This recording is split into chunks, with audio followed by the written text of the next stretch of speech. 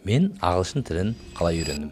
Я достар, бүгінгі видеода өзімнің ағылшын тілін қалай үйренгендігімді айтқым келіп отыр.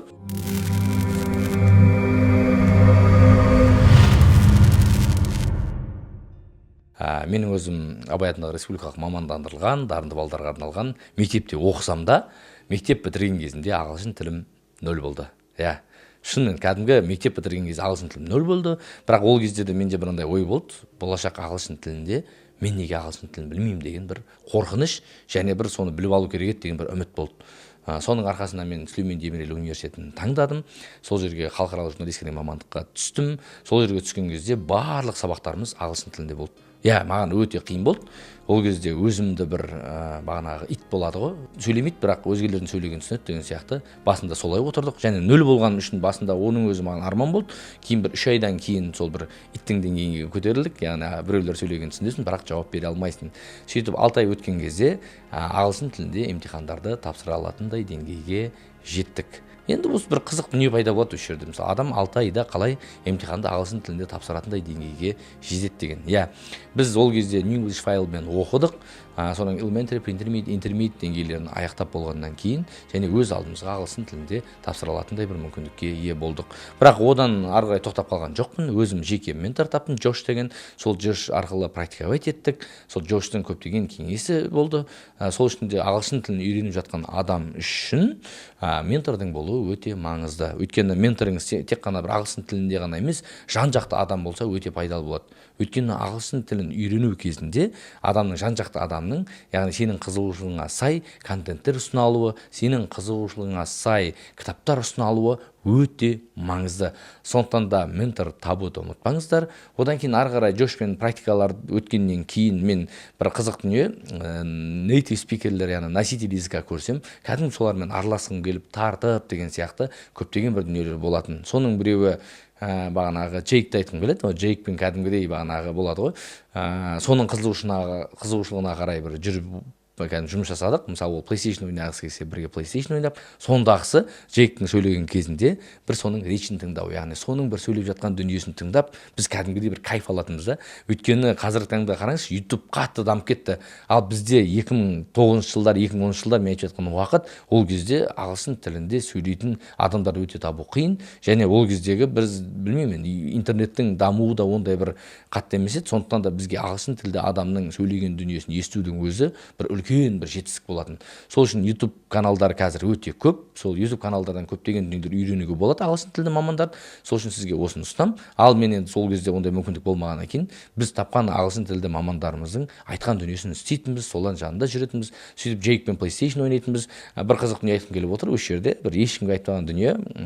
Джейк мысалы, мен ол кездерде мысалы ешқандай бір ресторан, барларға бармасам да, Джейк өзі бір мысалы сыра ішкенді жақсы көреді. Мысалы бірге баратын, қасында отыратын, ішетін адам сияқты, бірақ соның әңгімесін тыңдау ғана болатын. Сол үшін де достар, бір білім алу деген дүние, ол біреудің бағанағы соңынан еріп, мысалы шын білетін адам соңынан еріп, соны айтқанын істеп, және содан нәтижеге жетуге болатын түсіндіргім келіп отыр бұл жерде.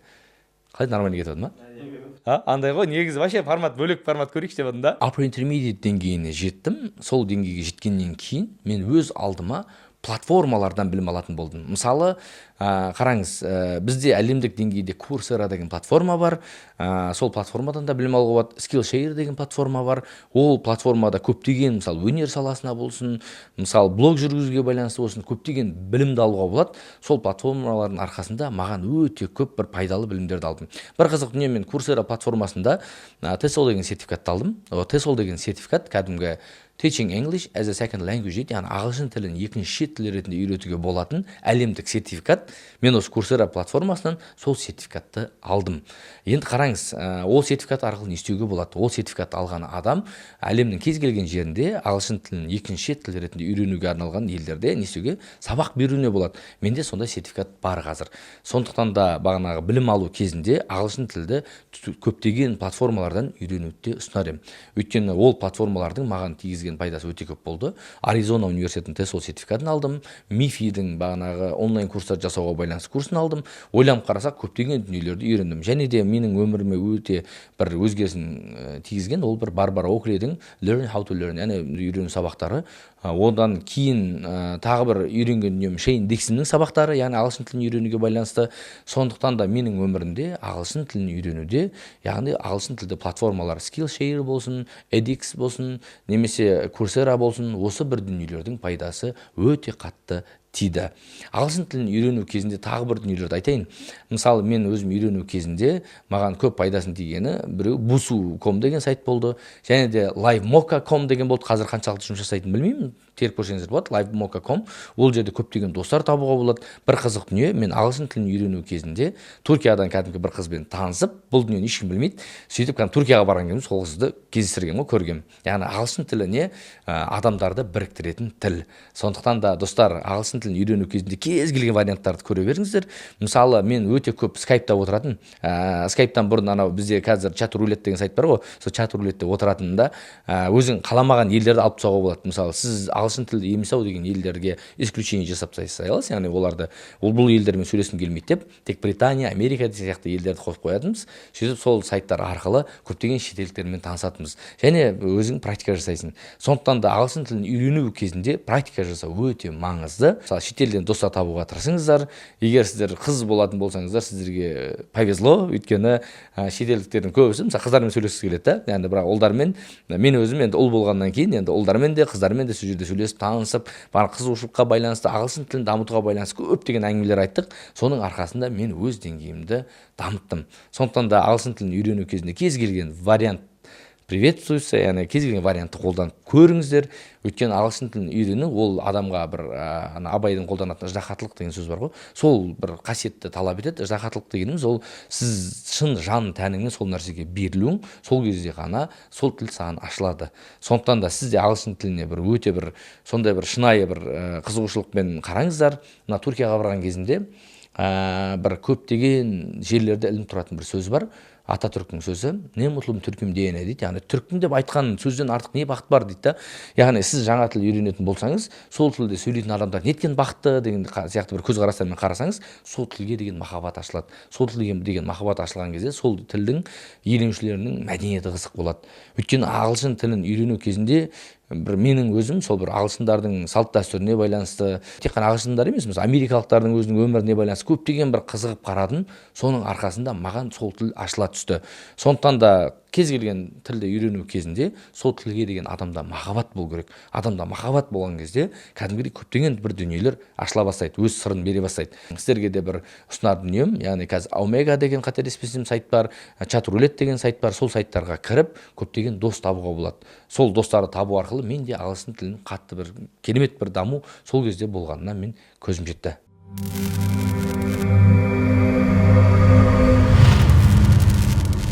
Үйрену кезінде сөз жаттаудың маңыздылығы өте жоғары.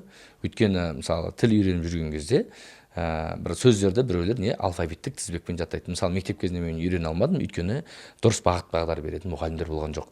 Және менің бір досым болды, өте кәдімгі задрот дейді ғой, яғни оқыған кезде қатты оқитын, бірақ ол не істейді? Алфавиттен бастап жаттайтын, А-дан бастап жаттайды, ол кезде нәтиже болмайтын. Сондықтан да сөз жаттау кезінде маған қолданған дүнием, және менің қолданған дүнием, ол тематикаға байланысты жаттау. Қараңыз, сөзді бір күнде 10 сөз жаттап, 10 түрлі сөз жаттағанша тематикаға байланысты 5 сөз жаттаған дұрыс болады, өйткені есте қалады. Мысалы, ақшаға байланысты сөздер, немесе отбасыға байланысты сөздер деген сияқты жаттаңыздар. Сол кезде сізге өте қатты пайдасын тигізетініне сендім.